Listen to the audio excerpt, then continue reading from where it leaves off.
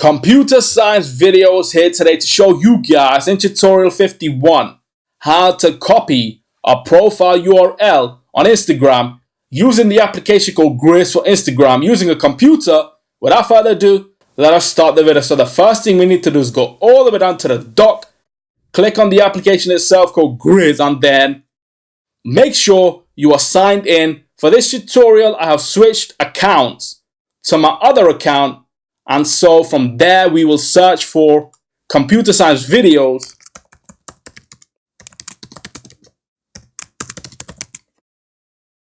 Click the first account, and now we can go to the right-hand top corner of the application itself and click on copy the profile URL. So now we can go to Safari and paste the URL, Command V, enter. And now we have the URL on screen that we copied and pasted, and then my profile is now on screen on Instagram. Close out of Safari. That's it for this video. I'll see you guys in my next tutorial. Thanks for now.